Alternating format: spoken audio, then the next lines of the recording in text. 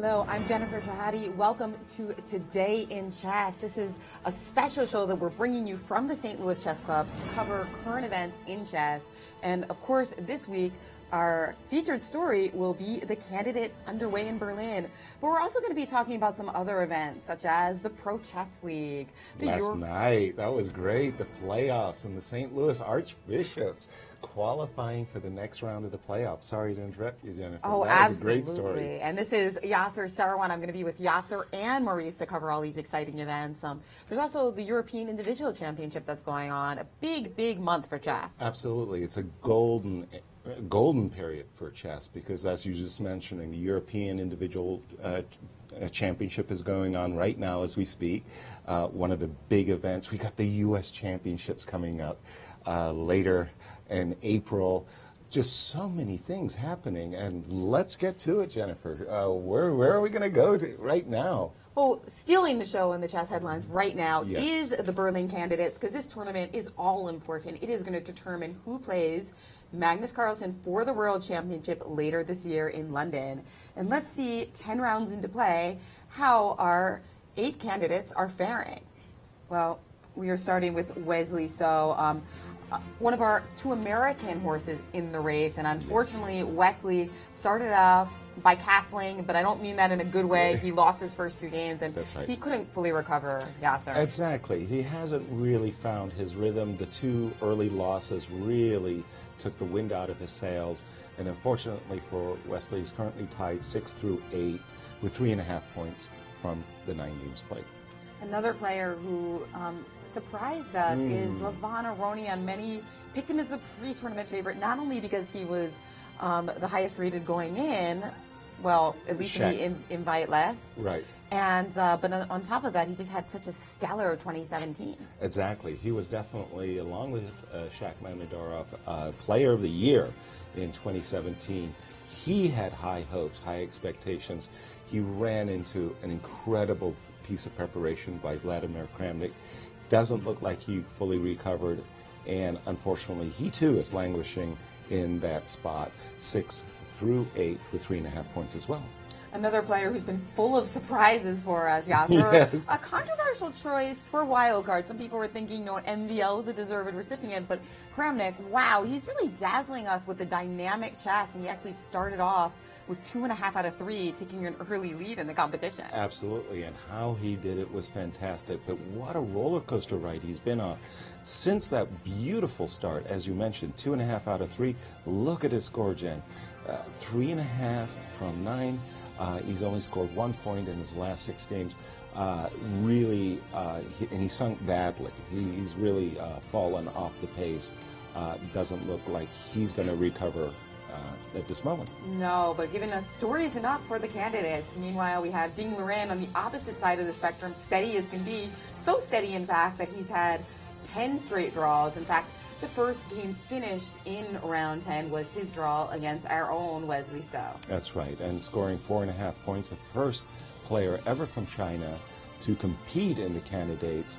He came in, wanting to do well, but when you look at his score and his performance, he's basically drawing himself out of the competition.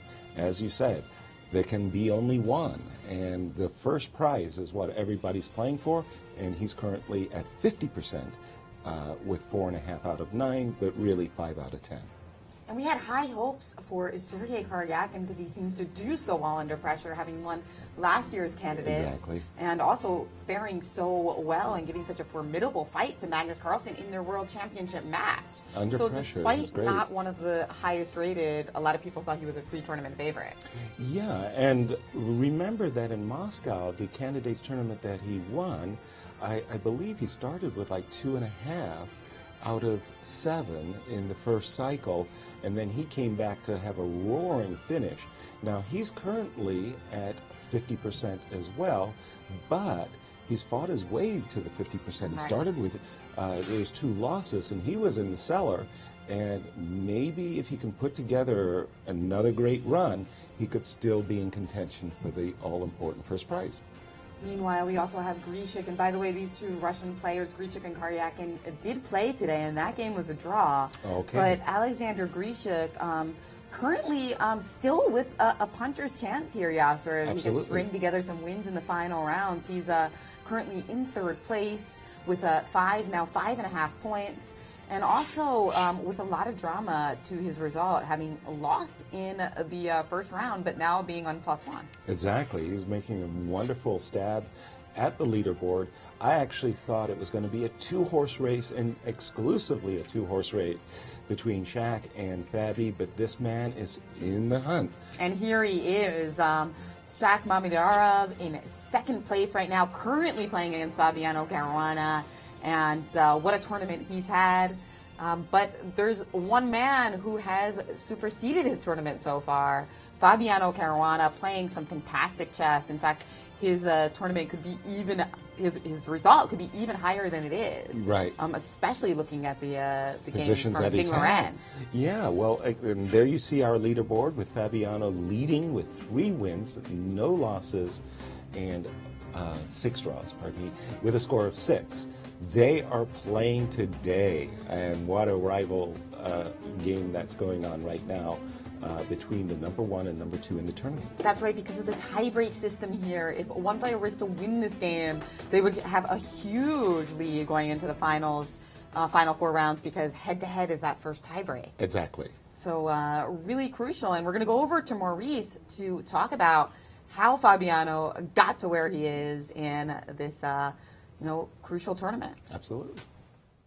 Crucial tournament indeed. This event is the most important individual event for all the players in this tournament, except the world champion, because he's not playing, obviously.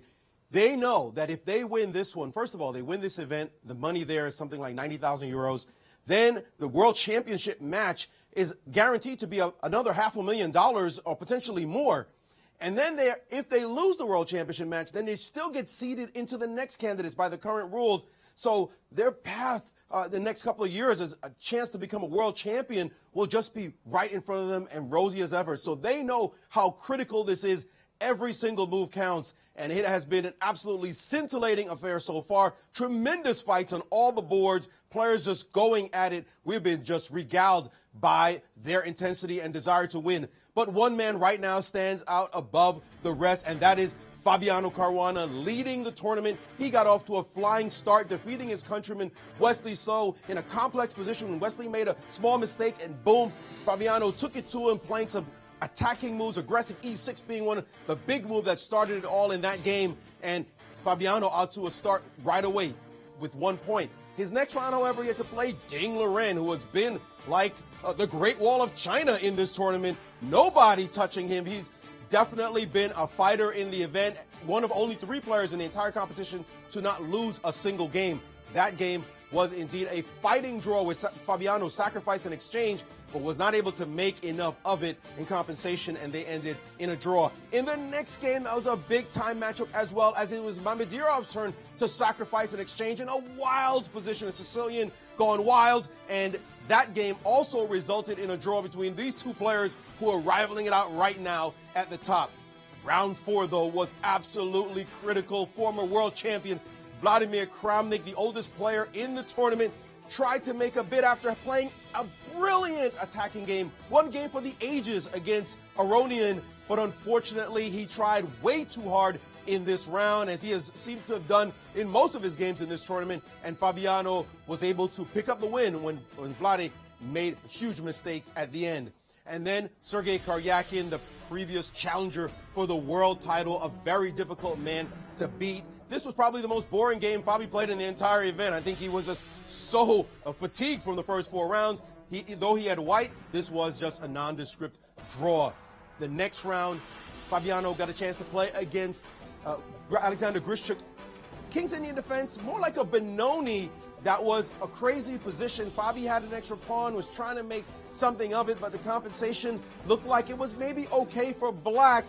So Fabi decided, let's put the brakes on this position, and that game resulted in a draw. But round 7, it was back to the wildness again, as Aronian, with his chance of possibly being a contender slipping between his fingers, he threw the kitchen sink at Fabi, G4, aggressively attacking and also avoiding drawing lines. But Fabi's cool defense managed to shut down the attack, and he ended up collecting a point that surged him into clear first place in the tournament. Then it was his countryman again. An interesting game, maybe some chances as Wesley put his hand in a cookie jar, put a knight on b7 with white and couldn't get it out without sacrificing an exchange, but good enough defense by Wesley, and the game between the two countrymen ended in a draw as well. And it's this one. Will it be this one that Fabi regrets at the end of this competition? We'll see, because he had real chances against Din Loren the second time around, and it looked like he let a win slip through his fingers as Ding once again was able to hold him to a draw. And now still in first place by a half a point is Fabiana Caruana,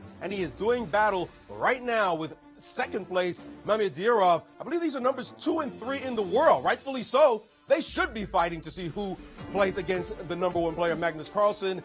Indeed, an epic battle as we speak. And we will see how he handles himself, how they both handle themselves as this incredible tournament continues with another, after this one, 4 rounds to go. Thank you, Maurice. And let's just jump right in to this crucial game between our 2 tournament leaders of Shaq and Fabi. I have this position on my board where basically Fabiano's a pawn down, but he's got this incredibly good active rook on the d1 square, pinning the bishop to the rook, and you can't break the pin by playing bishop to b2 because there's rook to d2 check, which will of course attack the king and pick up the bishop. And a lot of the defensive strategy of Fabi was to play this g6 move a couple moves ago, which allowed the rook to come to h7, which is so crucial, yes, because otherwise rook takes e7 check followed by bishop a3 would always be in the air. Exactly. You get to play check, and then or the bishop g5 the discover check, what you just mentioned, Jen, picks up the rook. But this was a very nice idea by Fabiana. Rook h7, defending the bishop on e7, so there's no rook takes e7 check escapes. And now white, again, a pawn up, has to do something about this pin, and he's got to get his king off of the square of g2. I like this move h4 a lot, and before we came on the air, Maurice and I were looking and analyzing a position. I don't know if it's going to be the variation that they are playing, but I like this idea of rook coming to f7 with the idea of rook to f1. White has to get his king off of the square g2. So this is just a line that we looked at, and we felt that although Fabi will win an exchange, the bottom line is at the end of the day, all the pawns are disappearing. Like after rook takes a2, and we reckoned that this game was going to be heading towards a draw after check and takes, and black is going to go after this e-pawn. Again, an exchange up for Fabiano, but a likely draw. And that's going to be great news for Fabiano fans, because that means that he'll keep his lead at +3, and Shaq will remain at +2, and Fabi gets a draw with the black pieces. But be careful calling results before they actually happen. I know. I've done it a couple times. Me too. You know, I do too. Yes, most memorably in the Ding Loren game. I Yes. thought really Fabi had that in the bag. Exactly. I was calling that one. I was actually on the U.S. Chess Twitter, and I didn't say the result, but I said it was Fabiano was poised to be a full point ahead. Exactly. And I had to correct myself then an hour later. I remember 2 years ago, Maurice and I were doing backflips in the penultimate round of that event in Moscow. Fabiano was winning his game against Peter Spidler. If he had won the game, and his nearest rival, Sergei Kuryakin, was a piece behind against Levon and was losing. And we thought Fabiano had that that tournament in the bag and would become challenger. And 48 hours later, it felt like we were at a funeral wake here in St. Louis. But let me turn it back over to Maurice, because we do have some results already from this round 10. Maurice.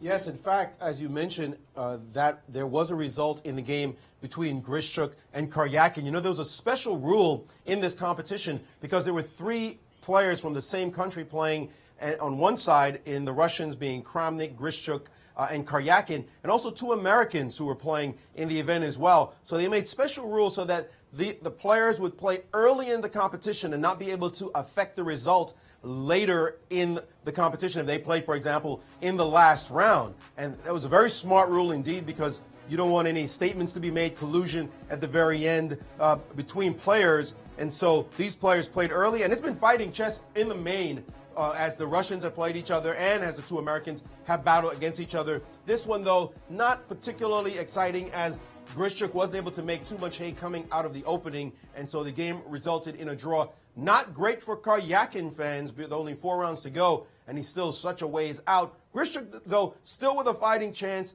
If the game is a draw between Mamedyarov and Kuryakin and Karwan, then he will still be within a stone's throw of first. And anything could happen. As you mentioned, yes, Fabi still has to go through a murderer's row in the next 4 rounds. There's some strong players who are coming after him. Next round, he faces Vladimir Kramnik, who has been throwing the kitchen sink, the plumbing, and his grandma's shoes at everybody. It's been incredible the way he has been playing this tournament. It hasn't worked out for him. Grandma wants her shoes back, but he is certainly playing a lot of fighting chess. No question about it. Boy, Maurice, I mean, Vladimir has been on a nonstop roller coaster ride, and he's wondering when can he get off. But he's been so dangerous in this tournament against everybody. And what you were saying, Fabiana, he's still got Big Vlad on his tournament schedule. But we also have another result. Wesley So and Ding Liren. Ding Liren I could have predicted this one, yeah. 10 draws. 10 Is draws. there a pattern? What do you think is going to happen in round 11? Well, maybe a draw. Well, though Ding Liren was going to lose that game to Fabi, and he really showed a lot of resourcefulness. So sometimes you just look at those 10 draws, but there obviously is like a lot of fight in some of them. Some great content. But take it over to Maurice, who, well, that final position, Maurice, 3 versus 3, rook ending. We understand why the players agreed to a draw. What happened? Well, not a lot of great content here, and obviously the final position. But before this, it was an interesting sacrifice in the opening where an allowance of this pawn on c7 is in this line, which is pretty typical. Black gave away this pawn, and White had to play this move, king to f1, to maintain it with any semblance of possibility. But pretty quickly, Black's pieces, as you can see here, extraordinarily active, and White has to figure out what to do with the king in order to maintain the advantage. Very difficult to do anything. And immediately Wesley did the smart thing, started aggressive opening up of the game, because obviously he's the one who's down material. Despite the 2 bishops, you want to be dynamic and make sure that White doesn't consolidate. And after bishop g5 takes, we saw this happen, and already the pawn had been regained in the position, and now you can see that the chances are deadening rapidly after rook to h5, queen f6, rook d5. We see a trade of queens, and then after knight e5, very quickly, this kind of position, you can already see perfect pawn structure, and that's why we can jump to the finish line and see the final position after many more exchanges ended up in a draw. Ding Liren has proven that he belongs. I mean, clearly, fantastic player, the first player from China in history to qualify for the candidates, and he's shown, hey, I haven't lost to anybody here. Now, next step for him, if he doesn't manage to win this event, he still has a mathematical chance of 50% if things go the right way, with 4 rounds to go. But if he doesn't win, he can always say, look, I belong, and 2 years from now, I'll be back. I am a star player, the #1 player in China, one of the top dozen players on the planet, not easy to defeat, and he will continue to be a rising star and a contender in the world of chess. He's going to need to add some punch to his game so that he becomes a dangerous threat, but don't count him out. Everyone who gets to this level is obviously a genius, magnificently talented, and Ding Liren is all of that. Thank you, Maurice. No question about it. Ding Liren has acquitted himself tremendously well. He's very, very young player. You're right. If he comes back in 2 years, he'll be even more formidable. But let's talk about the format for a second, Jennifer. This is the biggest tournament of the year on the calendar for these players. Unless they win it. Then it'll become the second most important. Exactly. Well, it's 100 minutes for the first 40 moves, 50 for the next 20, and then 15 minutes for the rest of the game. So very luxurious time control, as we might expect for a tournament as important as qualifying for the World Champs. There is a 30-second increment as well, so no sudden flag falls. You know, you can have it, but it's obviously much rarer. with that increment. The money, of course, for the big candidates. Prize fund. Very nice. Prize fund. First place, $117,000. But even more important, of course, is the money and the prestige that comes with qualifying for the World Championship As a in challenger. London. Absolutely. To challenge Magnus Carlsen. And I think that's, among the reasons that the difference between first and second are not that great. Because the difference between first and second is greater here than in any other tournament, that you could possibly concoct. Right. The prize money, not such a big difference, but otherwise, huge. Yeah, just being the challenger. And now, also, I just wanted to say that on the Today in Chess show, we have open phone lines. So we'll welcome calls. You can ask us about tournaments going on in the world of chess and this event, and tell us what you think. So there's a telephone number that you can call us. And you can also use the hashtag Today in Chess, I believe, to contact us on Twitter, as we have a St. Louis Chess Club. I'll be checking that Twitter feed as well if you want to @ them. We just posted a poll there, actually, asking for predictions on what was going to happen in the match in the game, rather. Right. In the game between Fabiano and Mamedov. And despite the fact that it kind of seems like Mamedov does have the initiative, we know that we have a lot of American fans following the St. Louis Chess Club, because 33% of you think that Fabiano is going to win this game with Whoa. Okay. And then only 13% thinks that Shaq will win, and of course everybody else thinks that it will be a draw. Are those some biased statistics there? I think Yes? so. I think we have American-centric audience at the moment watching our show. And here it was the position where we thought H4, pardon me, this was the position where we thought H4 and Rook C3 were quite predictable. And in fact, the players have played quite a number of moves down that main variation that Maurice and I had looked at more than 15 minutes ago. And it's this at this moment, with these double rooks attacking this bishop and the rook, basically White has to bail out, give up the exchange, but that's a very good dark squared bishop. Mm-hmm. And thanks to the highly reduced material on the board after this move, rook takes A2, I don't think Shaq is risking anything, but I do believe that Fabi is a little bit better, just a smedge better with the exchange. Oh, so you're with the poll. Well, Well, I'm expecting a draw. I'm really thinking this is a 90% draw rate from this particular position. But among the other 10%, you'd go with Fabi. Yes, that's right. Right. Yeah, Well, 8%. My 14-month-old son voted 10 times in the poll, too. Very good. He voted for Fabi each time, so I think that was skewing it. But we do have our first phone call of the day. Welcome to the show. Let us know your name, where you're calling from, and, of course, your question. How you doing, guys? Good. Great. This is John Cordisco. I'm calling from upstate New York. I wanted to get your opinion on the Americans' play and the play overall in this candidates. I think it's really amazing. Some of the games we've seen now, they were long games, but this is real chess. This isn't kidding around. These guys are really going for it. And I was just wondering what you thought, what Caruana's chances are, and the play overall, because I think it's absolutely amazing, and I've analyzed the games till 2 or 3 o'clock in the morning. So it's really great chess, and I hope they keep it up. Well, thank you for your question and observation. Absolutely. I couldn't agree with you more. Going into the tournament, I was really, really looking forward to this event. I think it was going to be a great event. You always have that fear that somehow the players at this elite level were just going to make a lot of draws. No, this tournament has been fantastic. The games have been just great to watch, easy to commentate upon. I'm loving it. I think this is just is shaping up as one of the great candidate tournaments. Maurice, your thoughts on that one? Absolutely. It's been real thrill to watch these games.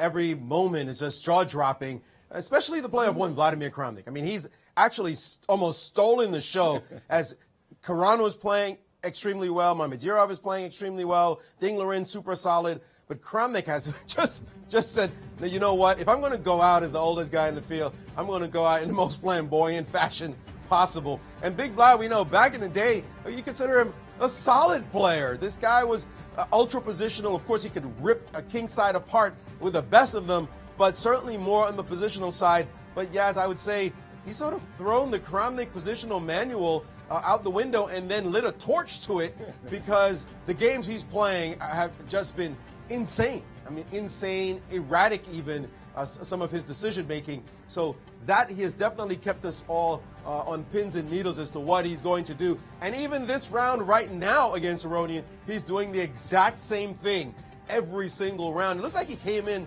either with his shades of glory or a death wish. Right. I mean, one of the two. He just said, that's it, I'm going one way or the other. Is he thinking maybe it's his last shot at being world champion? I don't know. But he's certainly keeping it absolutely thrilling. I'd also like to make a point, last point. Mamedirov, he's +2, and his wins have been against Kramnik and against Sergei Kuryakin.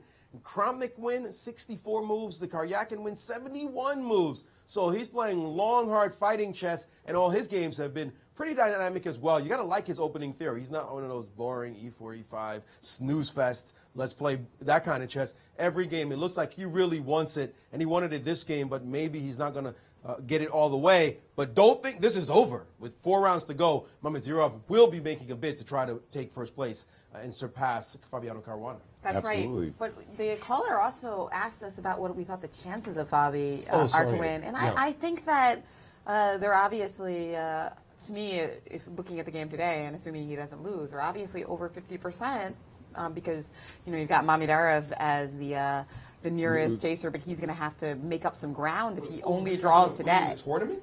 Yes. To win the tournament, yeah. No. Really? That seems like a lot. You think it's less than 50%? It's got to be less. It's because you think somebody less. like Grisha could win a couple of games in a row. Exactly. Yeah, but it's really only the other players would have to win. But he doesn't have to win a couple of games. It's just he just has to lose one. I mean, Fabi has to lose one. Fabi just has to lose a game. That's true. And then the whole tournament is changed. And it's possible in the next 4 players he has to play that he could just lose a game. I mean, it's 4 rounds to go, though. I think I would at least put 50% on him. Wow. I would take that bet. I mean, as much as I love Fabi and I think he's going to win, I think his chances of winning are greater than everybody else's, probably significantly so, but over 50%. Well, let's hope you don't jinx him with that. Yeah, exactly. Okay, I'll do 50%. Yeah. 51%. Okay, I mean, coming into today's round, I mean, I thought it's a 2.5-person horse race. So obviously, Fabi and Shaq, in my view, had the best chances of the field to win, and the other half person in that was Grisha. Grisha he gave up half a white today against Kuryakin. But Grisha today had a real chance. He's white against Sergei, but and the fact that Sergei drew, I mean, that's really nice for Fabi. It's like, Fabi says, you know, go out, have dinner on my account. That's really nice. Thank you for drawing and keeping Grisha beneath me. Now, again, this is a really, really big test coming into today's game. Fabiana with black, if he could, you know, make a draw, if he had a result here, that would have just, it's great for his chances. And I think that Fabiana, by the way, is one of those players who is a very, very good front runner. Once he has a tournament in his grip, he usually doesn't release it. And so, I mean, I think mathematically we're probably being aggressive at the 50%, but I do like it. I do like that call. I think He's got Fabi, fabulous Fabi. We saw him go 7 in a row, and nothing he's done in chess is going to rival that. Maybe nothing else he ever does in chess will rival that, except becoming the world champion. Everybody now says that's what you got to do. That's it. After going 7 in a row in a tournament that included the world champion, and he beat Magnus the first time he saw him. Magnus was the one who actually stopped the 8 in a row quest in a game that he might have lost that one as well. Exactly. But this is what I'm thinking. Fabi still got Kramnik. He's still got Kuryakin. He still has Grisha. And who's his final? And Aronian. And he's still got Aronian. He's got 4 monsters ahead. But, and all. So what are his chances of losing one of those games? That's the question. That is a good question. What are his chances? Just one game, one loss out of those next 4. And if he draws out and loses one, and the other player and the player behind him, Shaq just draws out, doesn't even win a game, just draws out, then there's a playoff and whatever the tie breaks is. We'll see. But well, Shak would probably win that because he hasn't lost any games at all. I don't know what the tie breaks are because that's complicated. Number of wins might be the That is one of deciding them, yeah. factor. Right.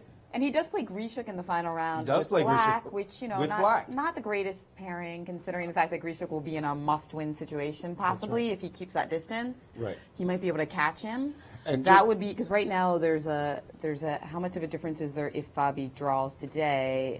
It'll be a 1 point difference. 1 point, yeah. So Half yeah. a point ahead of Mamadira, 1 point ahead of Grisha. Any loss is devastating. Right. And the question is the buildup of the pressure. How do you handle pressure when it starts to weigh on you? We've seen Kuryakin show his incredible fortitude under pressure. Will Fabi have that same intestinal fortitude to say, you know what, it's my turn, and none of you are going to take it away from me? Right. That is the question, and I think that the odds of him losing, potentially losing a game, and even the odds if he just cruised and said, let me draw all my games, now you're saying Mamadurov is not going to win anything. He's not going to win one more game out of the next 4. That's another issue. So I think it's more like a 40% chance, Fabi, maybe a 25. No way. 25, no way. That would mean like who's picking up all those other 75 okay, hold on. points? 45, 20. No, I didn't say 25 Fabi. 25 Mamadurov is what I said. Okay, 40. But if we gave Fabi 40 and 25 to Mamadurov, that's already 65. And you then we 20 to give Grisha or something? 20. That's 85. And some freak winning some 3 in a row. Freak something 3 in a row, exactly, including a loss by Fabi, gives the others like 5% somewhere in there. I can't say. I just can't say it's too many rounds to go to be saying it's that. But dominant. he's also playing so well. But yeah, if 45% also sounds good. I mean, I'll take it. Is he playing that well? Is he playing that well? I mean, the game defending well. He should have at least probably got that win yesterday against Ding Laurent 2 days ago, and then today opening was a little iffy, shaky. a little shaky. Managed to bring it back, and now should be able to hold. I don't know. I don't like writing the narrative that just because he's winning the tournament that he's playing so extraordinarily well. I mean, he's been fortunate. Too. You know, he hasn't the game against Kramnik. He should have wow. won that game. Come on, Kramnik no. just imploded. So, by the way, just a little insight in that, because I think it was kind of overlooked in that first cycle. Towards the very end of the game, between Vladimir Kramnik and Fabiano, the game was heading towards a draw. And Fabiano made a move that was actually a mistake. He played the move knight c2 that gave an advantage to Vladimir and offered a draw. Fabi made a move and offered a draw. And Vladimir in the press conference after the game said he was willing to accept a draw on virtually any other move except this mistake, knight c2, and Fabiano went on to win the game. So on little things like that, that game could have easily been a draw, and it was a very important victory for Fabiano. You know where Fabiano also got really lucky? Where? The 2014 Sinfield Cup. Let's just remember that. The 7-0. But we also, the streak. yeah, and that obviously played phenomenally well, but he also really got people into their preparation multiple times and got into that zone. But, you know, we got to take a look at, you know, the game between Kramnik and Aronian is just so fascinating. If you look at this rook sacrifice, rook takes f6, that happened, exchange sacrifice, that happened just a few moves ago. Right. So more or less, we just reached this position when basically with this move, rook on e1 to f1, Vladimir Kramnik decided now was the time to sacrifice a pawn. He could have, for example, captured on c5, and it would have been more or less a pretty even position. He played the move rook e1 to f1, and after the captures, brought back his queen, and he's telegraphing his idea. He wants to play rook takes f6 and break open Black's kingside. I really like this move d65 by Levon, bringing his queen over to eyeball this f6 knight, as at the same time cut off the diagonal of the bishop. Well, Vladimir captured a pawn, Levon captured a pawn. And now this very sharp move, knight g6. I didn't quite fathom that move. That move, like, whoa, what is the knight doing on g6? You're really not threatening anybody or anything? Levon said, okay, I'm going to play bishop e6, take away this really great attacking bishop, which, by the way, has pinned the pawn on f7 to the king on g8. Now the knight on f6, and pardon me, the knight on g6 is under fire. Vladimir captured, and bang, rook takes f6, and the position wide open. Recaptured the rook, did Levon, and Levon just played this move d2. I may not be up to, I may not be up to the late. Oh, we do have another move, queen g3 check, but that pawn on d2 is alive. Oh my goodness, Maurice! I mean, wait a minute. That pawn is one move away from queening. The black king under a great deal of pressure, of course. What's going on in this game, Maurice? I mean, this is just a Donnybrook. Par for the course for Kramnik this tournament. This is the kind of chess he has played every single round. Anybody who's going to play against him, you know, they've got to put on their parkas. Make sure you put on a helmet. Yeah. I'm prepared, because he's going to throw everything at you, and he's playing like he's in the 19th century somewhere, right, playing chess. Just let's just throw stuff. Let's be aggressive. Let's attack. Let's see what's going on. I don't care. I am going to try to win every single game. Devil may care attitude. Let's point out, by the way, that Kramnik was a wild card in this tournament. He was chosen by the organizers to play in the event, as he did not qualify through the standard means. Some players had complained about that. Some people felt like maybe it should have been MVL, who's certainly one of the great contenders to probably win it all. Some even preferred to have a Nakamura in there maybe, but Kramnik was the choice, and it looked very good the first 3 rounds. Like he was winning the tournament after the first 3 rounds and playing that brilliant game against Aronian, but things have gone way south ever since. But he is still playing enterprising chess. He's still going for it. Rating, who cares? He's ditched so many rating points this event. It's not even funny, but he is still continuing in this attitude. And I think he's probably, right now, Yasser and Jen, he's in that devil may care attitude. That's like, you know what, I don't care. You don't know what I'm going to do. I could do anything on the board, and be careful, because I might do it against you. And you know, if he hits, it's going to be a hard hit. Yep. That's why I feel tomorrow's game against Fabi is going to be critical for Fabi to make sure he's keeping a good eye on this guy. He could maybe just draw, but more likely he probably could steal a point if Kramnik goes overboard, but he could also lose the game. Oh my gosh, yeah, that's right though, Maurice. I'm thinking about that scenario you mentioned, that Kramnik goes kind of bananas, and that gives Fabi the pole position. Right. I'm trying to add up my 50% here. That gives a little. Will look really good in that situation. Well, no question about it. Vladimir has brought a brand of belligerence we just don't oftentimes associate with Vladimir Kramnik, because we know him as such an extremely solid and creative player who likes to grind and push technical positions. But this event, he's channeling Michael Tal, his inner Michael Tal, because he has really gone on an attack in many of his games, and he's doing it again. I mean, as you say, devil may care attitude, and it almost looks like there's something wrong with the chessboard.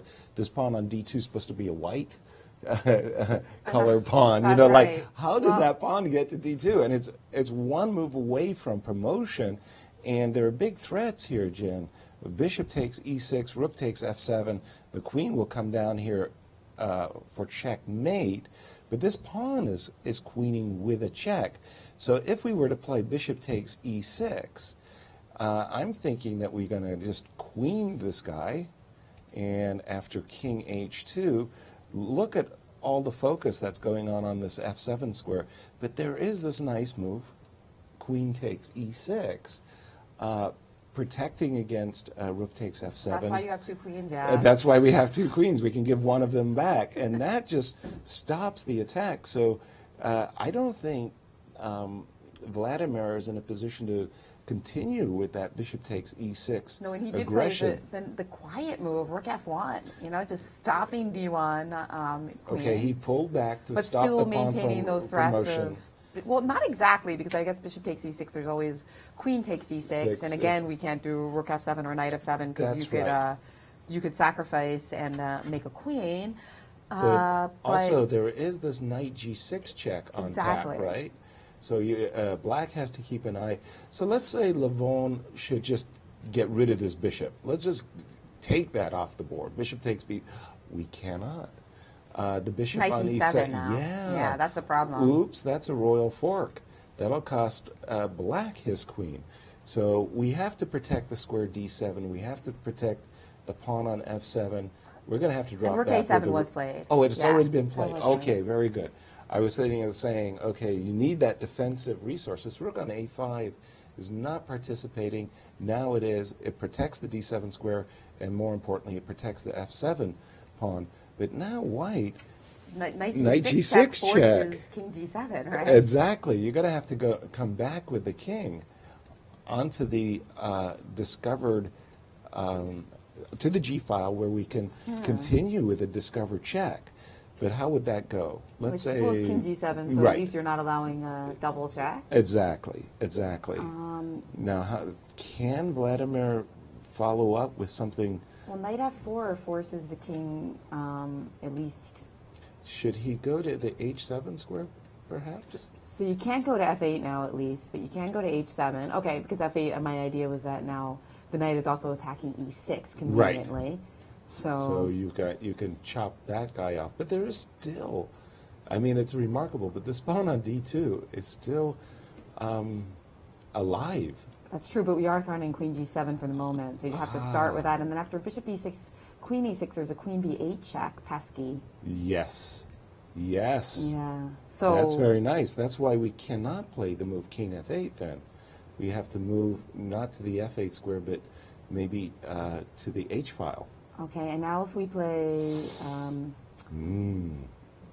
thinking about bishop e6, but Super double-edged, now just right? now you have rook e6, right? My plan is whatever minor piece captures on e6, I want to give back that exchange with rook takes e6. Knight h5 in this position? Knight h5. That looks nasty. That's nasty. Knight f6 and queen g7 threatening. Dual threats. No, that's a winning move. That just flat out wins. I mean, it we means have to we try have to something go. desperado like bishop g4 or something. No, it means that we can't I play don't think king it's gonna work h7. well. Probably the same thing, right? That same pattern that Maurice just mentioned. Because you are threatening queen e5 check, you're threatening queen g7 check and mate. But we have some potential. We have some other options here potentially. I'm still looking at stuff like, desperado, bishop g4, rook g8. You have queen e5 check, right? Right. So rook g8, queen e5 check. That is really a winning move. That's the end. I love that move. That's the queen. I mean, Vladimir Kramnik, as you were saying, do we grandma's have? shoes, the kitchen sink, the plumbing. So how about he's bishop throwing it g4? off. Let's try bishop g4. I'm just trying to take Whoa. on e3 with check. If pawn takes queen e3 check, and then I've got that superb pawn, and I get the endgame. That's the Right. important thing. Well, so if anything pawn that- takes g4, queen e3. And you're golden because, as you just mentioned, your trading queens is definitely It's what. just queen g4, and now Well, the question queen is, takes e3 check. Where am I moving my king? I guess h2, h1. Let me put my king in safety for a moment. So I've got two pieces for a rook, but that passed pawn on d2 might be worth, it might have a value of a piece. But I do have and a I do threat have of rook mate. g8 now type stuff, but You've got queen e5 check. You've got rook g8.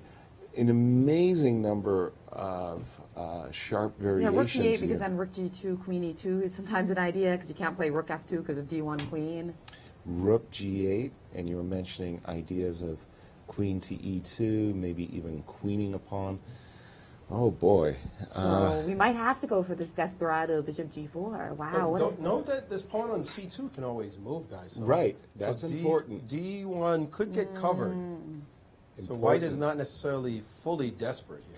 Right, and just on that note, Marie, same thing. I mean, if we are forced into a queen trade, and we do end up having to play rook to d1, Oh, a knight on d3 makes it impossible to penetrate. exactly. Knight on d3, and your rooks can't get in on e1 and you can't get past the knight on d3, and that d2 pawn looks dead in this position. What a game. And some of this did Wow. actually happen, yes. Oh, really? Well, knight g6 Because- check, king g7, knight f4 check, king h8.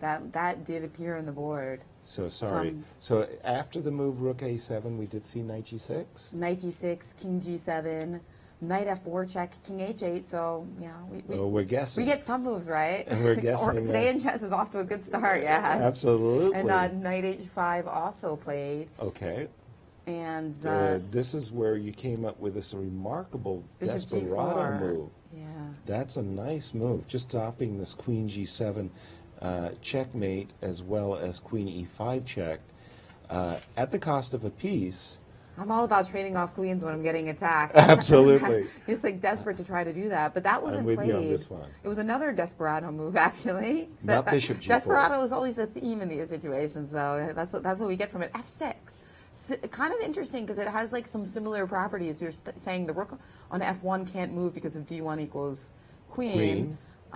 So you're stopping that, and meanwhile laterally defending with the rook on a7.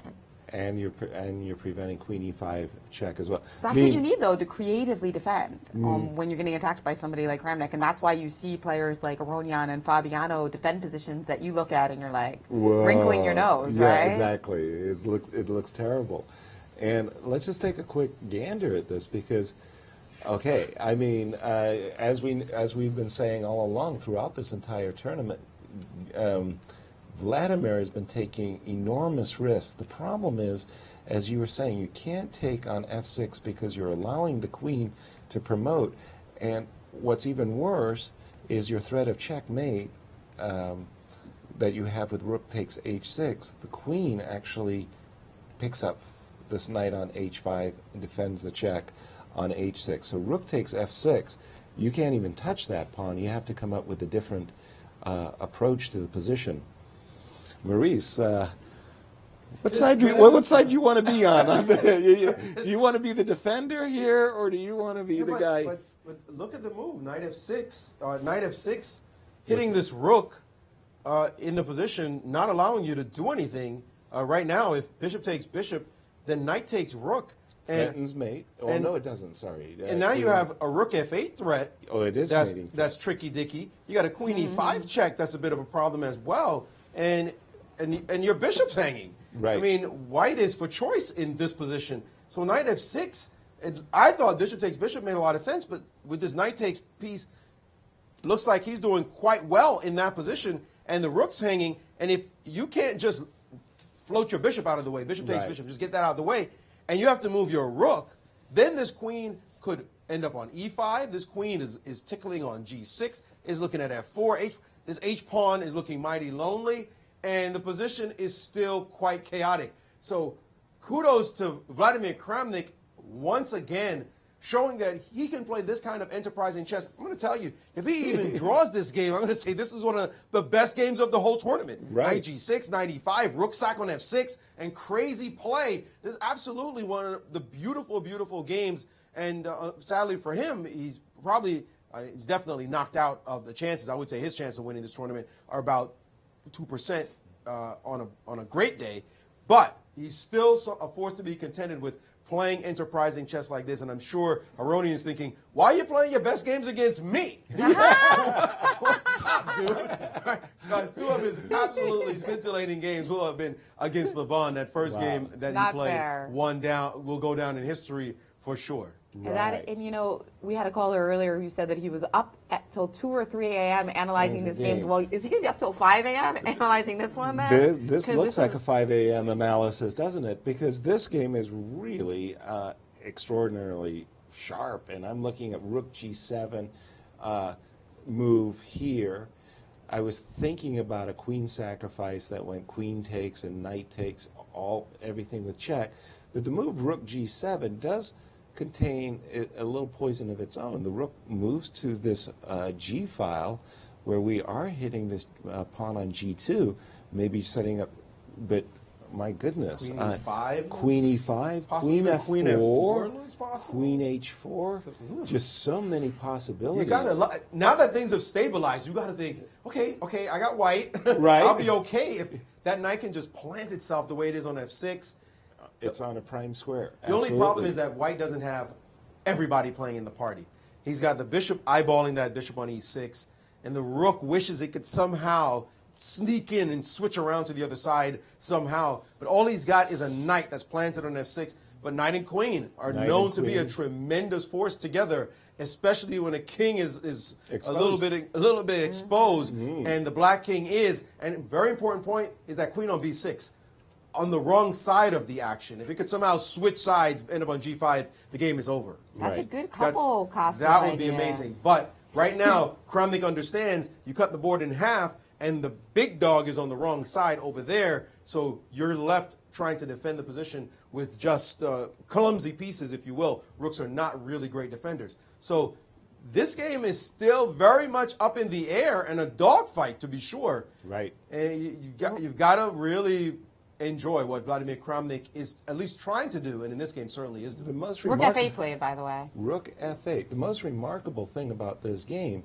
is it all started nearly a dozen moves ago with this long-term pawn sacrifice that created an incredible amount of chaos suddenly.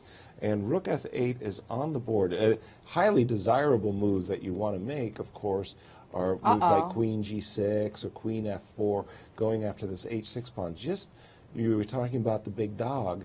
Don't allow queen takes e3 check, which not only picks up a pawn with check, but also covers this h6 pawn. So some move like queen h4 just doesn't work in my view. Queen takes e6, and that's great.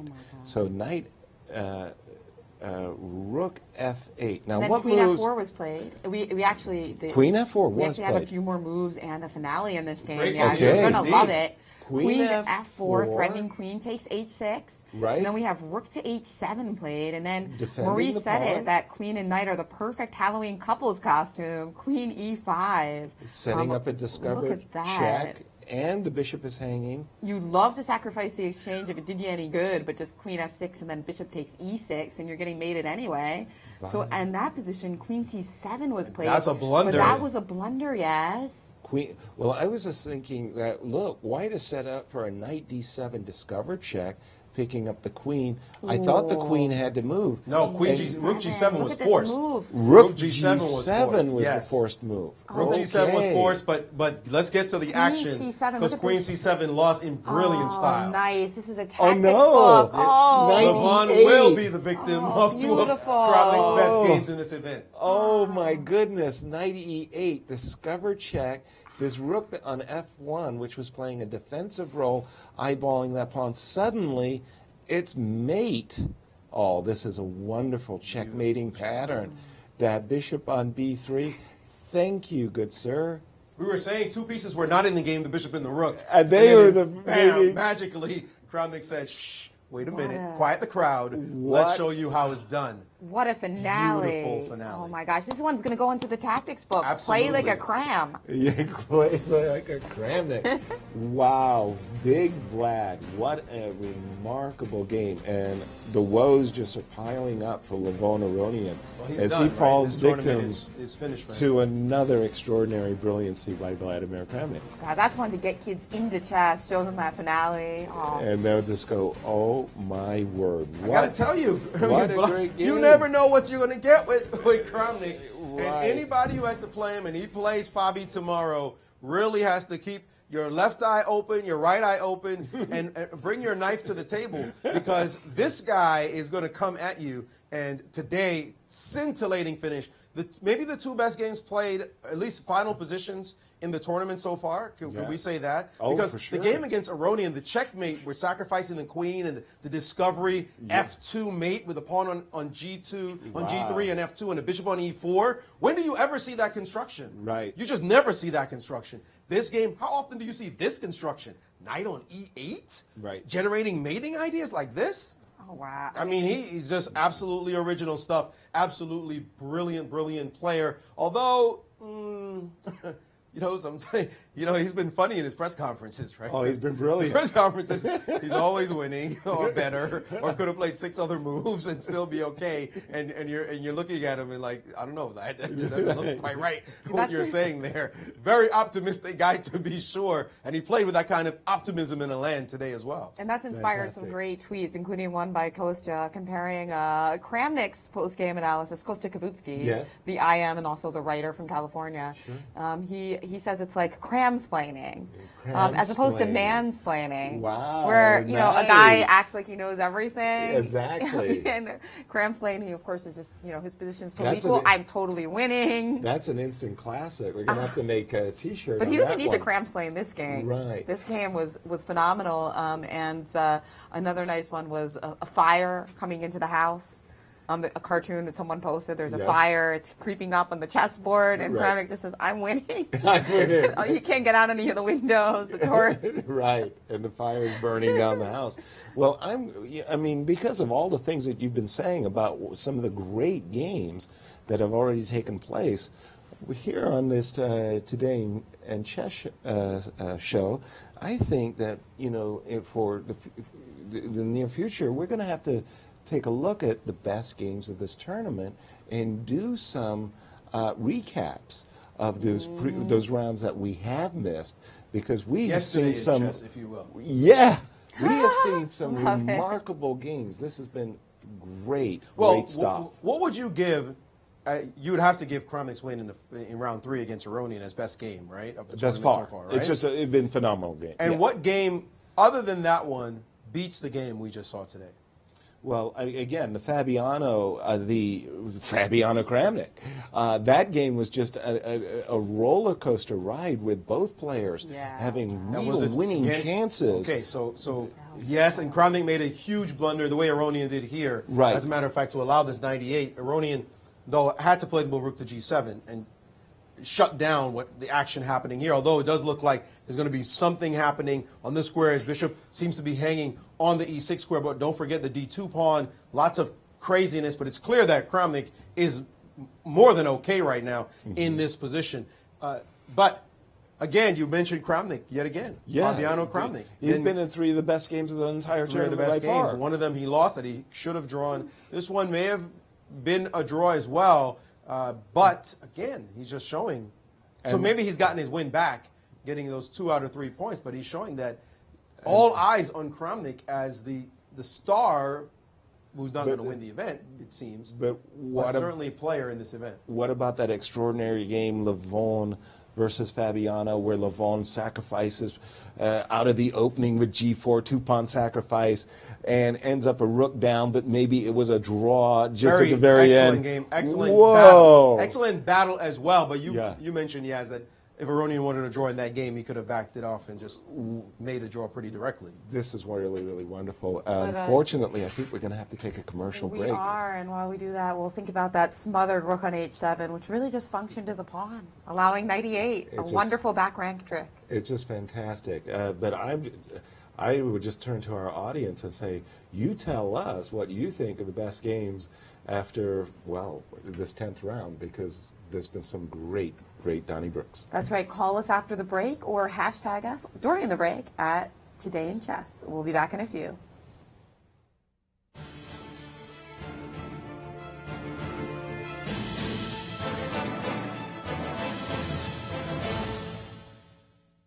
As the St. Louis Chess Club celebrates its 10th anniversary, the U.S. Championships return to St. Louis for the 10th straight year. This April, America's best players descend on St. Louis to play for the country's top honor. Wesley So and Sabina Feuser will be defending their championships as they face an all-star field. Don't miss America's Best Battle It Out at the St. Louis Chess Club, celebrating 10 years of promoting, teaching, and playing the game of chess. For tickets and more information, go to stlouischessclub.org.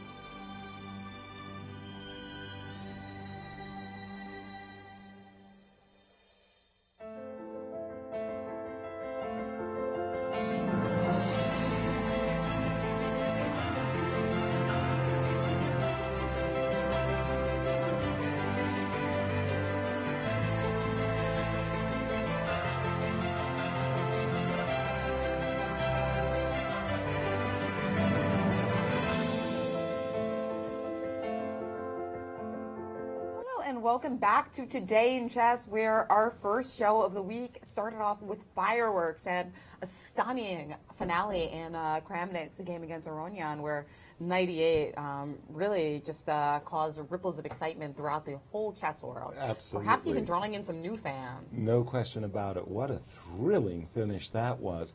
I'm looking at our key matchup of the day, Jen, in the game between Shaq and Fabi. And they've just they've reached this position some time ago, but I've been reflecting on this position. The last move of Fabiana was this move, Rook D5. I really thought that Shaq was simply going to capture this pawn on A7, and then after a move like King F7, setting up a recapture of the E5 pawn. I thought, well, it's going to be a draw. Instead, Shaq decided that, well, he wanted to play on. He played the move Bishop D6, and after Rook E3, eyeing the potential of ganging up on this pawn with Rook on d5 coming back. Then White's king could get harassed. The game continued check, and Shaq played the move b3, b4. We're now at this current position with the rook, as expected, coming down here to g3. And I think White's king is going to have to go for a little walk here. King g4, rook takes pawn check, king f4, and you get a position where it's two rooks versus rook and bishop. And I still think we're in a draw, but I'm kind of preferring Black's chances now that White's king has been, forced out of this nice little cave that it was in on the h3 square. Yeah, the pawn trades benefit you because it leaves the lines open for the rooks. Precisely. And you actually said that you preferred rooks. I do. Yeah, you preferred black some moves ago, so you kind of anticipated this. Exactly. Whereas I think some of the people watching online were more thinking about just seeing the king and the pawn and the bishop and getting a little scared. Right. Just visually. Yeah. You were anticipating something like this. So it's kind of interesting to see that difference in judgment from somebody perhaps looking with a computer and not as strong, and then somebody with the endgame pedigree. Experience, yeah. And again, I mean, I do think that a draw is by far still the more likely result, but I think that what dangers there were in the position for Fabi have basically passed. And we'll see what happens, but I'm saying that I prefer black. I thought that this bishop really did belong way back here on f4, where it would have defended the pawn on e5, defended the pawn on g3, and allowed perhaps king g3 and king g6. Losing that g3 pawn, and also, by the way, quite importantly, the queenside pawns, the a7 and b4 pawns are still on the board. Generally, in general, that favors the players with the rooks. When you're playing against the rooks, you want as many pawns swapped as possible. That's why I thought back here, I did anticipate right here that this bishop was going to capture this pawn on a7, thereby reducing all the chances that are going on in the position. Bishop takes a7, king. Let me just put that move on the board again. This is the line I had anticipated the game going. King f7. White will lose this pawn on e4, but it's 3 versus 1. Likely the b pawn will be lost as well. But a draw. Even if you just had rook and bishop and 2 pawns on the king side with a bishop on f4, I don't think there's any losing chances in that position for White. But the way the game has gone has, in my view, allowed Fabiano to continue the game with chances. Wow. We might be in for a long struggle here, Yasser. Oh, well, Fabiano's had some really lengthy games, hasn't he? Exactly. And it's not a coincidence that 2 of the older players in the tournament, I refer, of course, to Vladimir Kramnik and Levon Aronian. This is a 14-round event, double round robin. And that's a marathon. Even the World Championship match. Than we're used to. More rest days than we're used to. It should even things out a little bit. But the level of preparation is so high in this type of competition. Absolutely. But the World Championship match itself is only 12 games. But over to you, Maurice. What have you got for us? Well, it seems like ages ago, as a matter of fact, as we have a position where where Kramnik won a game for the ages, one that will be remembered, certainly put in his best game collection. And thanks to our friends over at Chess24, we've been able to bring up this board. And it was this game against Aronian when after h3 he played the move rook to g8, Kramnik signaling that he had a big attack and he was going to use it against Aronian. This move, king h1, knight h5, and after c3, g5, very aggressive, knight takes g4, and the pawn steaming down the board. He took a couple of moves trying to chase him backwards, and after g3 and this trade, looking to trade queens in the position, and he said, I'll have none of it. I'll drop my queen back. And after h4, c5, this is where the mistake was made with queen c4. He should have dropped back to d3, queen b5 check, and now the attack started. f5, bishop g5, sack and exchange, takes, play the move f4, and the attack was in a roll. Queen drop back. No, move your queen out of the way, and now the king had been ripped apart, and then this monster move, rook landing on the d3 square, and after rook to d1, now bishop d5, The queen getting ready to sneak in on the E4 square, mates abounding, and after the move F3, give me that, and then the final beautiful finish after queen E2.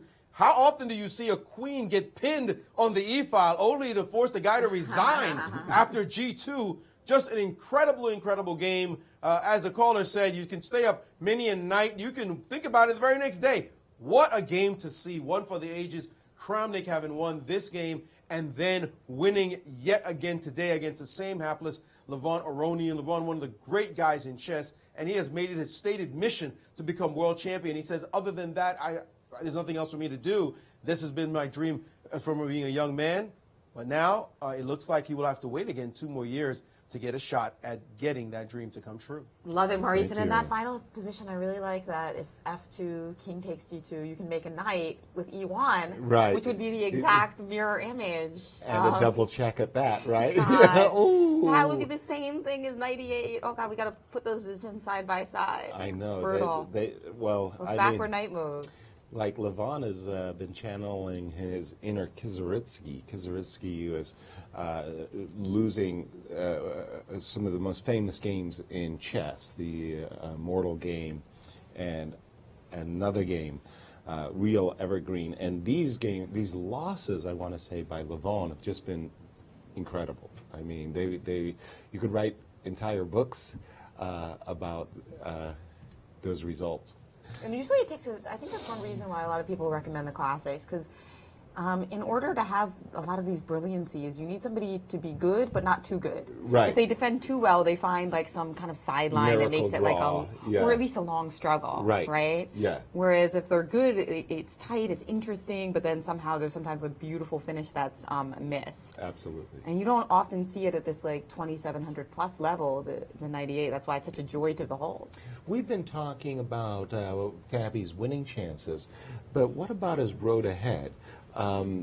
There was a murderer's row. not good. In fact, and His this road ahead is not the best situation. Well, look, he's going to be facing. He'll have Vladimir Kramnik with the white pieces tomorrow. Thank goodness for that, because Vladimir has been doing some amazing things. Then in round 12, he'll have black against a potential rival in Sergei Kuryakin, and white with Levon. He'll finish the tournament with potentially This a is the worst crucial pairing. round. This is the worst pairing of Black all. against Alex Terrible. Grisha in the final round. Right now, it's a half a point that leads. So This is so just that's a incredible. horrible final round for Fabi. It couldn't be worse. Not only does he play with black, but he's going to play somebody, as long as he has a point distance between them, will Who's have motivated. no incentive to draw. Exactly. Will play all the way to the finish. But what about Shaq's road ahead? Shaq's road ahead. Let's take a look at that. Well, he's played as Wesley, so with black, I mean, you actually kind of have to love that pairing. Right. Because Wesley might not push as hard for white, knowing that he's out of the tournament. Yep. And then he gets 2 whites in a row against Dinglerin and Alex Grisha. But that final round pairing, also not amazing. He plays Vladimir Kramnik with black, and as we can see from this game, anything can happen with Vladimir, and I don't think he's going to take his foot off the pedal in the last round, but still not as bad as Fabi's road ahead, in my opinion, because I think just the fact that Fabi's playing against somebody who might be able to win the event in the last round with a win, Yes. that's everything. I Yeah. mean, especially for a poker player like Grisha, he knows it's all or nothing. Precisely. And we have a very special guest with us in the studio, the founder of the St. Louis Chess Club, who must be very excited about all of the great things happening for St. Louis players this week. Not only is Fabiana Caruana leading the candidates right now, but we also, the St. Louis Archbishops just made the Final Four for the Pro Chess League last night here in this club. And then on top of that, we're also in the Final Four is SLU. Absolutely. St. Louis University with the coach Alejandro Ramirez, also from St. Louis, leading his team in the Final Four. So along with perennial favorites, Webster University, also from the area. Absolutely. And here he is, Rex Sinkfield, St. Louis Chess Club founder, with Maurice Ashley. Well, I imagine in his wildest dreams he didn't realize all this was going to happen for chess when he decided to have this little chess club here in St. Louis. But Rex, you must be thrilled. The action always happening, it seems, no matter what the season. It's amazing what chess is happening. around the world and here in St. Louis. It's amazing, and especially the last few weeks. And of course, the best thing to happen is we have the 3 best commentators in the world back on the air from St. Louis. I mean, the 3 best commentators in any sport in the world. And I keep saying that publicly because I want someone to challenge me. And no one will challenge me because everyone agrees. We appreciate those kind words. We certainly try to put on the best show we can. Rex, you've got to feel really good right now for Fabiano Caruana. Oh, yeah. He's not a local boy and just lives a few blocks away, I believe. On Maryland Avenue. Yes. I'm hoping somebody says, where does the world champion live? I want to say on Maryland Avenue. Well, we got 4 more rounds, this one and 4 more to go. You must be entertained by watching this kind of chess. I'm entertained, but there's a little bit of anxiety. You know, I have to confess to anxiety this morning. When I got up and I heard Jennifer walking down the steps and watching the game, I go, oh boy, this is the game he's got to at least draw. This was a big one today. He's got 4 more big ones. It's not like it's over. You know, you talk about the old guy, Vladimir Kramnik. He's not so old, and he's playing some really enterprising chess. Brilliant game today. But I think Fabiano, I hope he's not offended by this. I think he has nerves of steel, and I think he has ice water for blood. He just doesn't seem to panic in the most difficult situations. You know, he seems to be really solid and steady all the time. Well, absolutely, and he's going to be also fighting for his title in the U.S. Championship. That's right. As Wesley has it right now. Wesley took it from him the previous year. You must be looking forward to I think it's payback all those time is what couple of Fabi's weeks of thinking. chess in St. Louis. No, that's some of my favorite times, the U.S. Championship, the Singfield Cup. You know, I get to stay here over the weekend for one thing, which I normally don't get to do, hang out with you guys.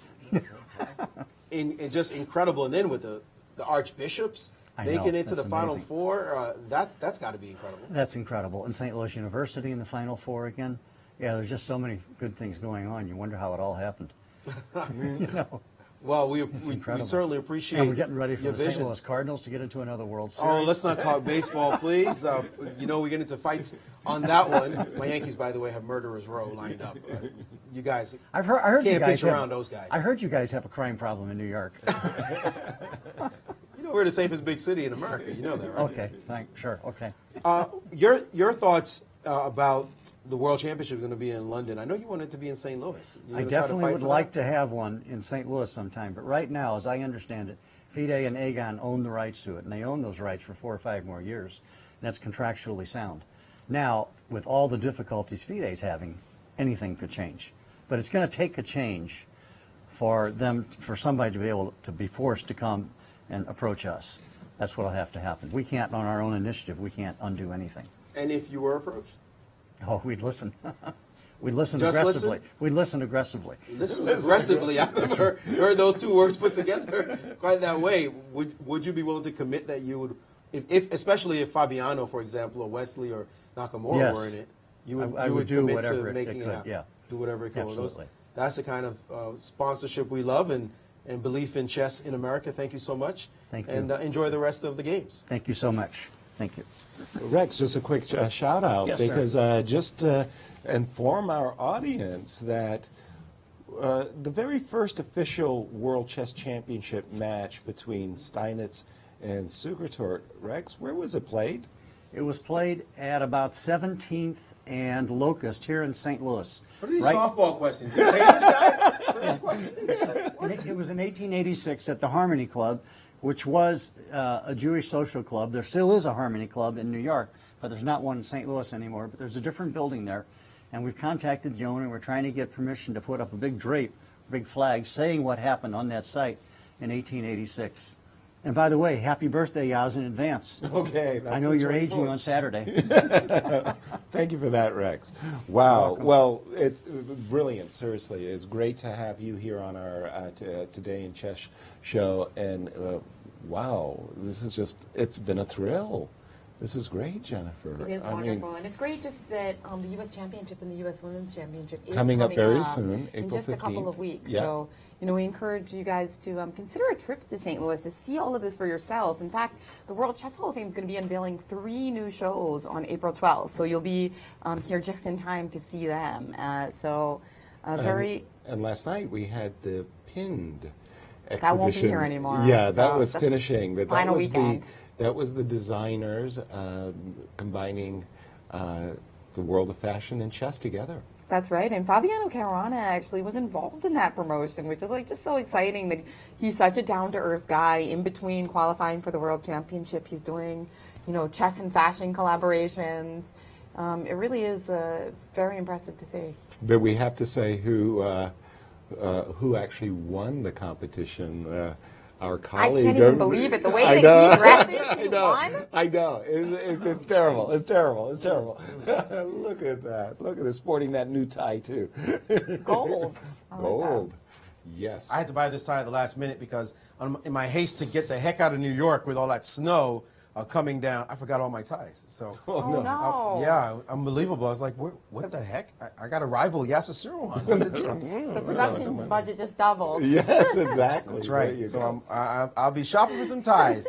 Well, bring us back to reality here because we got this huge game still ongoing.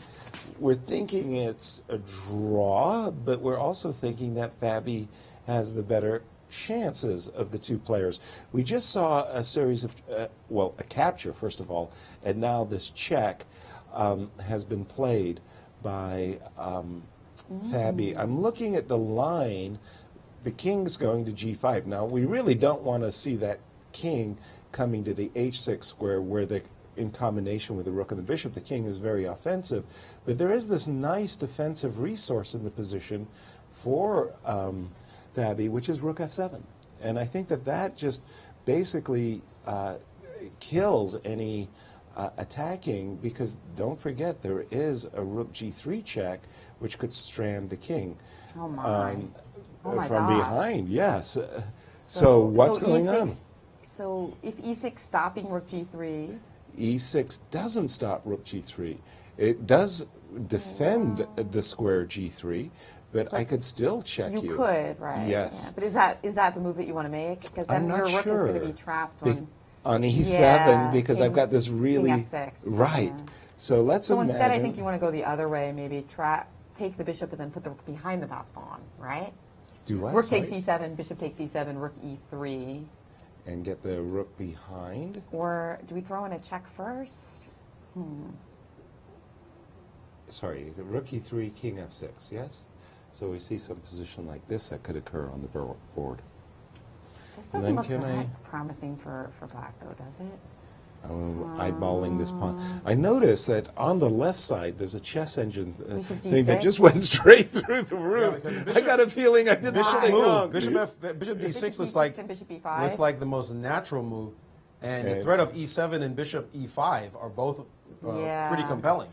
They're very, very, very e7 serious. first, then bishop e5. So let's check our our variation. Check to start off. Oh, then there's king g6, and then that just looks bad right away. Yeah. Right, because we've got this dual threat. After e6, I was saying. Oh, okay. So we're looking at e6. We're looking at rook Same f7. thing now, I think. Rook f7, yeah. Rook f7, e6. E6, stopping rook g3 check, which was like mating. Yes. And now rook f5 check doesn't work, I don't think, because of king g6, right? Same story, yeah. Yeah, same story, and that just looks bad. Exactly. We've got this Everything's dual threat. in take. So what other moves are there? I think it's just simply a capture, right? So you got to capture on e7, and then after bishop e7, how do Maybe we it's stop at time. king g7 to start, you think? Yeah, maybe it's time to do something like that. Bishop but f6, king f8. okay, your king is now stopping the e pawn, but after king takes, now your rook is going to be, and your rook is going to have to keep the h pawn under lock and So you key. can't stop both of them. So let's see, did I do something wrong here? Am I underestimating? Maurice, am I underestimating the threats I'm not sure myself. I'm trying to figure this out. that are being faced? Rook f7 seems like a move. Rook Like f7. e6. E6. And by the way, rook f7 was played. Okay, really? Okay, so now we do have, how about this one? How about check? The idea is if you take this pawn, I wanted to take the bishop. So you can't take my rook with check. Then rook takes rook in this position. And then I have rook takes, and I'm pretty sure I'm close to a draw now. Right. With after rook f6, I'll play rook here, and I won't get mated on the back rank, but I'm picking up a pawn. Yeah, that looks like a draw, but white's on the sunny side of the draw, which is kind of funny. E6 also played. That looks like a dead draw, though. So this is the position that we're in now, And maybe- after e6. And maybe this is the important move.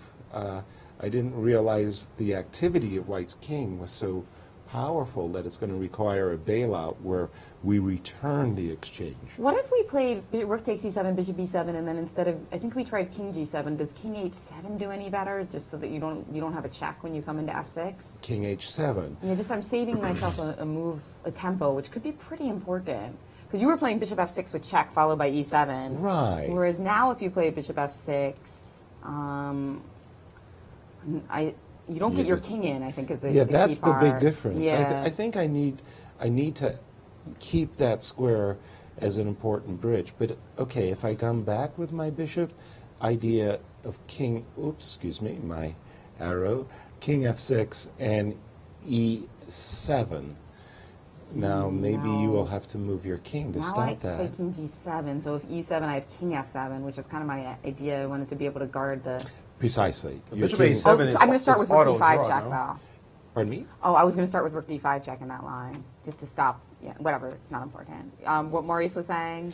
Well, Maurice is saying that, hey, look, I mean, White could snap off this pawn and then make a draw Yeah. in this type of an ending. Again, that e-pawn is such a crucial part of White's winning attempts. You lose the e-pawn, I don't think there's any further attempt. Yeah, So all we're these roads thinking look rook like they're takes leading to a e7, draw, aren't bishop they? takes e7, but maybe it's your very precise move, king h7, that keeps the draw in hand for Fabi.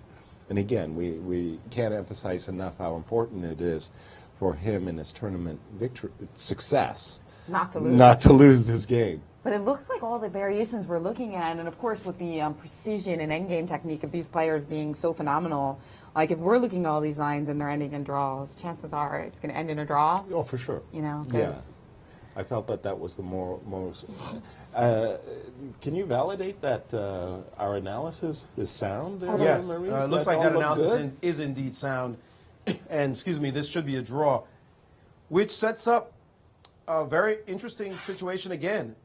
You know, the pressure builds. It looks like he's getting closer and closer to the finish line, but since he's not definitively knocking out the opposition, he's also keeping them too close for comfort, if you will. And although Fabi will maintain a half a point lead on the field with a draw today, he's still got 4 hefty rounds to go. And that means that it's all to play for with so many possibilities still remaining. He faces the mercurial Vladimir Kramnik, who has just been painting either a masterpiece or a disaster every single round. You don't know which one he's going to bring tomorrow in round 11. Kuryakin, who famously beat Fabi in the last round in Moscow to knock out his chances. That's a huge rivalry. Levon Aronian right now probably is not too motivated to play, but with the white pieces, anything could happen there. And again, of course, the final round against Grisha, who will be still within a point of Fabiano, and he maintains that, will be playing for it all in the last round. So the road ahead for Fabiana Caruana, not necessarily a rosy one, but what could you expect with 4 rounds to go against these monsters, some of the best players on the planet? He will have to prove himself, and that he is indeed a worthy challenger to the great Magnus Carlsen. Well, there you have it. I mean, quite a road. But having said all of that, how sweet it is to have a half-point lead going in and facing that extraordinary opposition. And could you just remind me the current position? Have we seen the move rook f7? we did see the moves rook f7 and e6. Okay, and then, that is actually on the board. Okay. Yeah, and then And we were predicting that rook takes could very well be could a be draw. another option, exactly. But I think your line is actually the best one that we've found so far. This looks like a very good defense by Fabiano. King h7. I'm looking for that helpmate with the king on f6 and the rook on f5. Right, I mean, exactly. that's an amazing construction, right? Exactly. You just set that up. Sure. Just 'cause, so you know, b5, bad move, check, king, and surprise. I'm a got big you. Fabiano fan. Yeah. This is But what we I like see. checkmating patterns as well. And that's a pretty nice one. It is. It's very definitely. unusual. Yeah. Yeah. But we were expecting the bishop to come back. our main line was this bishop to c5 move. And we thought, what was it that we thought here? Yes, king g7. And if we take this pawn, then we neutralize completely the e6 pawn with a check and king f6, and Fabi's at the finish line for a draw there. But we've got some other great news coming out of St. Yeah, Louis. tell us about the playoffs of the Pro Chess League at chess.com. Yeah, that's right. Well, we have the Pro Chess League finals are coming up. The live finals are coming up in San Francisco. And last night, the St. Louis Archbishops in the quarterfinals faced the Minnesota Blizzard, two very star-studded teams. The Minnesota Blizzard has one of the most famous chess players in America right now, John Bartholomew, who's a very popular streamer, kind of capturing some of that esports audience, as well as Andrew Tang, the bullet legend. Right. So a very star-studded team there, but the St. Louis Archbishops did take them down, qualifying for the playoffs live in San Francisco. We had Yarrow and Barr leading the Archbishops in the final score. They played 16 games, I believe, between the two teams. And how did St. Louis finish the match? I know they were at 8 at one particular moment because Alejandro Ramirez and I were following the games after dinner last night. That's right, and I know that in the beginning it was actually St. Louis that was trailing. Right, 2.5, 1.5. But yeah, let me just look and find the final standings there. But anyway, another thing is they're going to be playing against the Chengdu Pandas in the semifinals. Okay. Over in San Francisco. I mean, it really will be an incredible finale. I'm actually going to be in San Francisco that weekend for the finals, and I'm also doing an event at the Oakland Museum. So. And who are the stars for the Chengdu Pandas? Oh gosh, the Pandas. I wanted to say before we get into that though that Fabiano Caruana is playing for the Archbishops. He won't be in the finals because he's going to be playing in Grenke. Wow. But he was part of the team. He played 3 Yes. games. I mean, he actually went 8-0 in the Super Saturday competition. Fantastic. Pulling advanced Fabiano, because of course referring to the streak. the Singfield Cup 7-0 streak. He Right. bested that in With Super an Saturday. 8-zip. So he made a huge contribution to the Archbishop, and that was one of the things that actually gave them draw odds in the match last night against the Minnesota Blizzard, results like that. For the Pandas, we've got a lot of star players, including Yu Yangyi and Li Chao. We also have one of the top female players in the world, Wang Yu, Ni Hua, and one of the top women players in the world also plays for the Pandas. Actually, you get a bonus for putting female players on your team, so that team is definitely one to root for as well. That's Wen Junju, a grandmaster herself. Exactly. And like it's very powerful for them because when they put her on the team, they can have a higher average rating. So a formidable team. I mean, honestly, I think there's a good chance that the team that wins that match will win Be the favorite in the finals. Okay. The other two players are the Lugana Turtles and the Armenian Eagles. And you know, it's hard to root against the Eagles, right? Right. Our national symbol, the American Eagle. Being a Philadelphia. Philly fan, come on, Yeah. As I didn't want to go there. a New Yorker, I didn't know who to root for in the Super Bowl, so I rooted for neither. But kudos to the Eagles. Tom Brady. I was rooting for the Eagles because they're in the I same did division shake- as the I Cowboys. did, the Cowboys. Ew, please.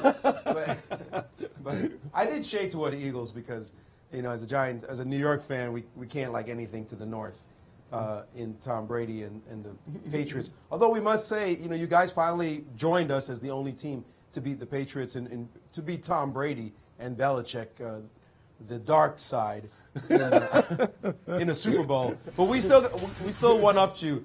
But in the meantime, back to the chess. Breaking news. We do have a draw in the game between Caruana and Mamedyarov. That game has concluded. And it was Yaz's line, And right? it was indeed that line, Yasser. As we point out here, the move e6 was played. And after rook to d5, well, I'll just put it here. Rook d5, king g6. Rook takes d6, and we went into this ending. The rook and which pawn after ending. rook to e4 goes into a simple rook and pawn ending, which they just kind of mechanically made these moves so that they can show to us that it is indeed a draw after a couple of checks. King f5 takes check, and rook f6, and king on king. Right. And definitely nobody can say, well, why did you fight to the finish? That is the finish. They did it here. So a draw puts Fabi half a point lead ahead of Mamedyarov. Where we were before this round started, and that is a draw, except for Vladimir Kramnik creeping up the list, going to 4.5 with his victory and sending Levon tumbling down at 3.5.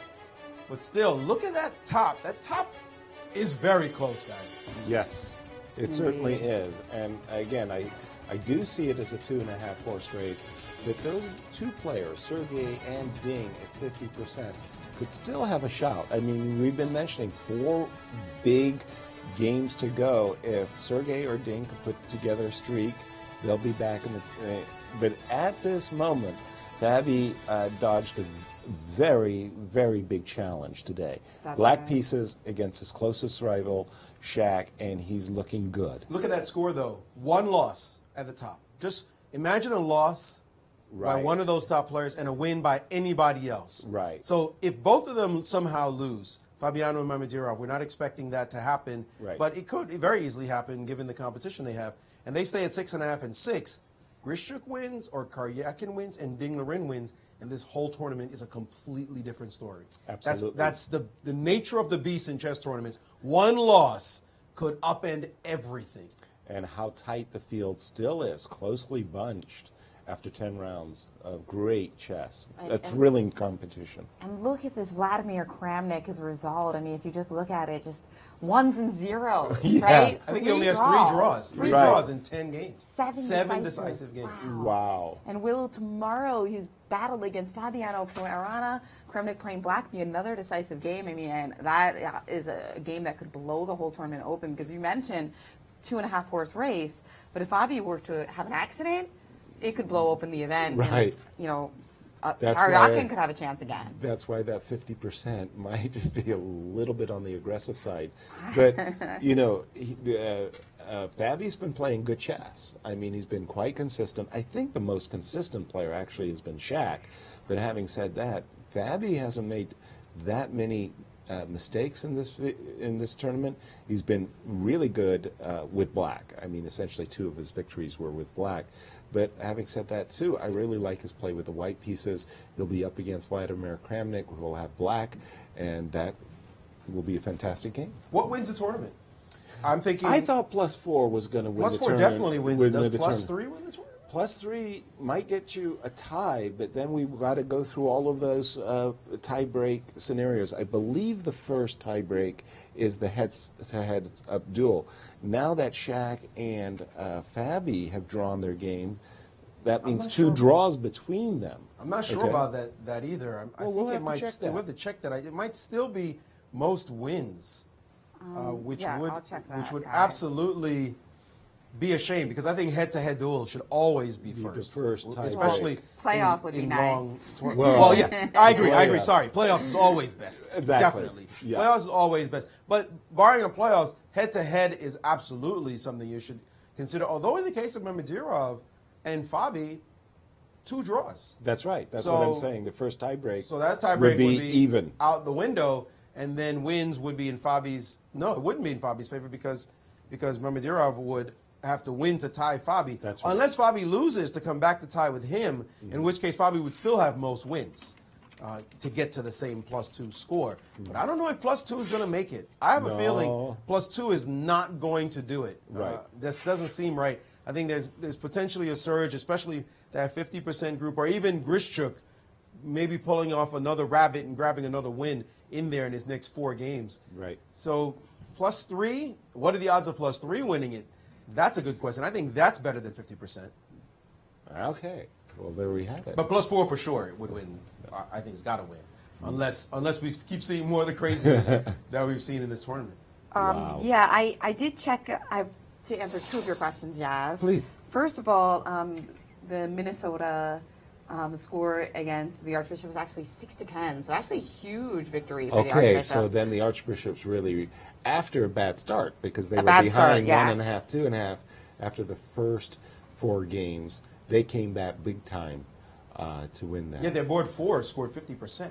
Yeah, their bottom board scored 50%, a 2,100 player. against some of the top competition. 25, I think his 50 name opposition. is Vincent Chen, maybe his name. But a 2100 player, Mr. Chen proved himself well playing against some very strong competition, with 2400s in the mix, and still scored 50%. So that was very nice for them to get 2 points where they may not have expected it.